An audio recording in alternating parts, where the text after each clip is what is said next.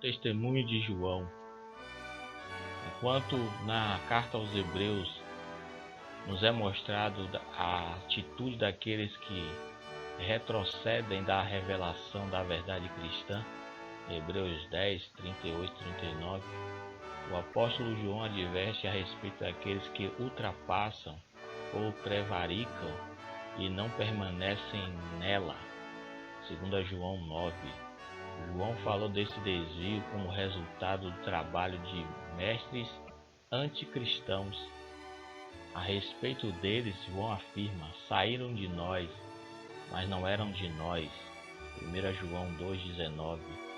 Ao dizer, entre aspas, nós, aqui e em muitos outros lugares de sua epístola, João está se referindo aos apóstolos. Sair da comunhão e doutrina dos apóstolos era o mesmo que abandonar. Enquanto João se referiria primariamente ao abandono da doutrina concernente à pessoa de Cristo, podemos ver que o testemunho cristão não parava por aí. Muito daquilo que é aceito como ordem na igreja não tem qualquer fundamento nos ensinos dos apóstolos. O que vemos nos faz lembrar o que o Senhor disse aos fariseus ao afirmar que eles estavam ensinando doutrinas que são mandamentos de homens. Ele também disse: bem validais o mandamento de Deus para guardardes a vossa tradição. Marcos 7:7. O testemunho de Judas. Judas também nos diz que certos homens se introduziriam entre os cristãos e converteriam, abre aspas, em dissolução a graça do nosso Deus. Judas 4. Ele descreve o caráter dos que corromperiam o testemunho cristão como pessoas que entrariam pelo caminho de Caim, sendo levados ao erro de Balaão e perecendo na rebelião de Coré. Judas 11. Estas três coisas descrevem muito bem o tipo de erro eclesiástico que hoje prevalece na cristandade. A primeira, ao caminho de Caim, que descreve a tentativa de se mostrar boas obras para Deus como forma de ser aceito por ele. Caim era um homem muito religioso, por ter oferecido um sacrifício, mas o que ele ofereceu a Deus, numa tentativa de obter aceitação, foi a obra de suas próprias mãos, sendo rejeitado por isso. Gênesis 4, versículo 1 a 5. Sua oferta não tinha sangue, que prefiguraria o sacrifício cabal do sangue derramado do Senhor Jesus Cristo, sem o qual ninguém pode ser abençoado por Deus. Hoje está sendo pregado nos púlpitos de muitas igrejas um evangelho sem sangue, o qual nem mesmo é o evangelho. Por meio dele, muitos têm sido levados a crer que podem apresentar suas boas obras a Deus em troca de aceitação e salvação, mesmo que a Bíblia indique claramente que a salvação não vem das obras. Efésios 2, 8 e 9, Tito 3, 5, Romanos 4, de 4 a 8. Em seguida vemos o erro de Balaão, que nos fala do desejo de ensinar coisas que não vêm de Deus em troca de dinheiro e posição. Balaão se apresentou a Balaque e aos moabitas como um profeta com a intenção de profetizar para eles, visando prejudicar o povo de Deus. Números 22, capítulo 22 a capítulo 24. Ainda que talvez não tenha a intenção de prejudicar o povo de Deus, muitos pregadores na cristandade estão do mesmo modo ensinando doutrinas prejudiciais que não são encontradas nas Escrituras e igualmente buscando posição elevadas na igreja. Finalmente temos a rebelião de Coré, que é a organização de um partido de homens para desafiar a ordem de Deus, a ordem dada por Deus para o sacerdócio. Coré e seus homens queriam uma posição acima do povo de Deus, a qual não lhes havia sido concedida por Deus. Na profissão cristã, existe uma organização similar de uma classe especial de homens para decidirem e presidirem sobre o rebanho de Deus, o que é conhecido como clero. Esses homens falam deliberadamente do rebanho de Deus como se fosse o rebanho deles. Esse tipo de organização pode muito bem ter surgido com boas intenções, e podem existir muitos que atualmente ocupam esse lugar com boa mente, mas assim trata-se de um sistema de coisas que não tem qualquer fundamento na palavra de Deus. Em essência, ele desafia o genuíno sacerdócio que pertence a todos os crentes. Finalmente temos o testemunho do Senhor. O próprio Senhor condena um grupo de pessoas que se levantaria na igreja chamados de Nicolaítas. Apocalipse capítulo 2, 6, 15. Essas pessoas introduziriam impureza no testemunho cristão, e pelo significado do seu nome, muitos estudiosos da Bíblia concluíram que estas podem muito bem ter sido a primeira semente do clericalismo. A palavra, entre aspas, Nico, significa governar, e Laitã, que é a mesma palavra para laico, que significa povo. Os nicolaítas eram um partido formado por pessoas aparentemente que buscavam meios de governar sobre o povo, e por isso poderiam muito bem ter sido o início do sistema que faz distinção entre clero e leigos. O Senhor nos diz especificamente que as obras e as doutrinas dos nicolaítas são coisas que ele odeia. Apocalipse capítulo 2, 6 e 15. Temos nisto tudo um testemunho abundante de quase todos os escritores do Novo Testamento sobre o fato de que haveria um grande distanciamento da simplicidade da fé cristã. 2 Coríntios 11, 3 a 4. Os apóstolos nos disseram que em sua ausência surgiria um sistema de coisas que não teriam qualquer fundamento na palavra de Deus. É verdade que em algumas igrejas ocorre uma parcela maior desse erro eclesiástico que em outras, mas seja na Basílica de São Pedro em Roma, seja na menor capela evangélica, a maioria delas, se não todas, trazem princípios básicos do clericalismo inserido em seu sistema de governo.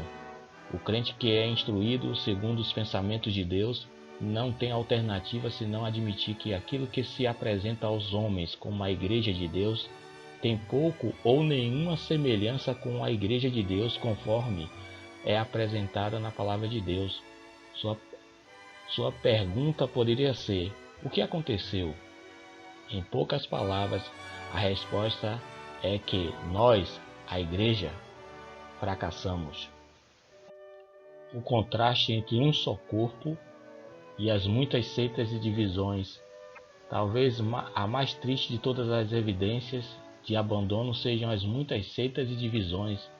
As Escrituras ensinam claramente que Deus odeia divisões, pois o cisma e a heresia, formação de partidos, são obras da carne. Gálatas 5:20. Quão grande o contraste entre a vontade do Senhor e essas inúmeras seitas e divisões que existem no testemunho cristão. Enquanto ainda estava aqui no mundo, o Senhor orou para que pudéssemos ser um. Ele disse: não rogo somente por estes, mas também por aqueles que pela sua palavra hão de crer em mim, para que todos sejam um, como tu, ó Pai, o és em mim e eu em ti, que também eles sejam um em nós, para que o mundo creia que tu me enviastes. Evangelho de João, capítulo 17, versículo 11 a 21. Ele estava pronto a morrer para reunir em um corpo os filhos de Deus que andavam dispersos. João 11, 51, 52. O Senhor também disse que depois de morrer, ele procuraria reunir suas ovelhas em um rebanho, para que houvesse um pastor, ele próprio. João 10, 15 e 16. Apesar do desejo do Senhor para que o seu povo expressasse uma unidade coesa visível e prática neste mundo, estamos todos divididos em diferentes seitas, cada um com suas próprias crenças e práticas peculiares à sua própria seita. Como poderia algo assim ter aprovação do Senhor? Diante dos primeiros indícios de divisão na igreja primitiva, o apóstolo Paulo foi dirigido pelo Espírito a escrever, abre aspas, rogo-vos, porém, irmãos, pelo nome do Senhor Jesus Cristo, que digais todos uma mesma coisa, e que não haja entre vós dissensões. Cada um de vós diz, eu sou de Paulo, eu sou de Apolo, eu sou de Cefas, eu sou de Cristo. Está Cristo dividido? 1 Coríntios capítulo 1, versículo 10 a 13, capítulo 12, 25. Aqui na linguagem mais clara possível, Paulo roga em nome de Deus a todos os crentes, pela glória do nome do Senhor Jesus, que não tenham divisões. Todavia, quando olhamos ao redor no cristianismo, professo dos nossos dias, vemos que aquilo que as Escrituras denunciavam aconteceu à igreja. Quantos milhares de cristãos estão dizendo, eu sou de Roma, católica romana, eu sou luterano, eu sou wesleyano, metodista, eu sou menossimos, menonita, etc. Se outrora entristecia o espírito escutar cristãos divididos dizendo sou de Paulo, sou de Apolo, será que agora agrada ao espírito ouvi-los dizer eu sou de Lutero, eu sou de Wesley? Se naqueles dias do princípio da igreja isso foi denunciado como carnalidade, como poderia a mesma coisa hoje ser chamada de espiritualidade? 1 Coríntios 3, 1 a 5. As muitas denominações colocam de lado a ordem de Deus para adoração e ministério, e também para o governo da igreja, e estabeleceram uma ordem própria, completa com todos os seus credos e regulamentos eclesiásticos. E ao agir assim, criaram uma triste divisão na igreja. O Senhor Jesus Cristo ensinou seus discípulos a orar, seja feita a tua vontade assim na terra como no céu. Mateus 6,10. A pergunta que fazemos é, haverá divisões sectárias no céu? Todos os cristãos serão unânimes em concordar que as divisões desaparecerão quando estivermos lá. Todos no céu entrarão e estarão reunidos ao redor do Senhor Jesus Cristo em perfeita unidade, sem qualquer afiliação sectária. Então, como podem os cristãos desejar se reunir para adoração na terra em divisões sectárias, quando não existe tal coisa no céu? O apóstolo Paulo disse que a primeira responsabilidade que temos como cristãos, andando como é digno da vocação com que fomos chamados, é procurarmos guardar a unidade do Espírito pelo vínculo da paz. Ele segue explicando a razão ao dizer que há um só corpo, Efésios 4, de 1 a 4. Isso significa que, como cristãos, devemos buscar expressar na prática a verdade de que somos um só corpo. Assim, o mundo seria capaz de enxergar a unidade visível na igreja, mas, infelizmente, tudo que o mundo vê é um testemunho cristão partido em pedaços. Evidentemente, não é possível que a igreja toda se congregue sob o mesmo teto em um único lugar, mas ainda assim ela deveria expressar a unidade na forma de como funciona em suas relações práticas entre várias assembleias espalhadas na terra. Acaso não era possível que os incrédulos deste mundo viessem a olhar para a igreja e balançar a cabeça em sinal de desaprovação?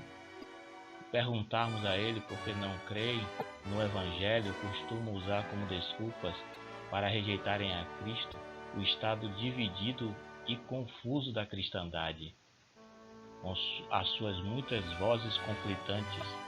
Que triste testemunho damos neste mundo. Não há dúvida de que devemos baixar a cabeça e confessar ao Senhor que pecamos, como fizeram Daniel, Esdras, Neemias, ao reconhecerem que também eram responsáveis pelo fracasso do testemunho de Israel. Daniel 9:1 a 19, Esdras 9, 1 a 15, Neemias 9, 4 a 38.